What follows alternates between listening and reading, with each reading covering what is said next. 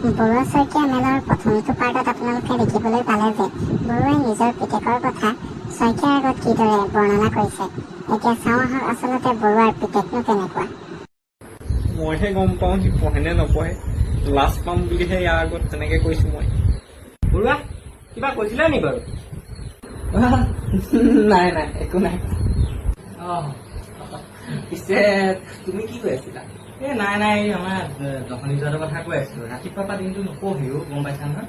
ব'লাচোন চাবা ব'লা, এতিয়াও গেমেই খেলি আছো। ব'লা ব'লাচোন বাৰু ব'লা। চোৱা আমাৰ দশনীলে গোটেই দিনডাল গেম খেলি থাকে মানে।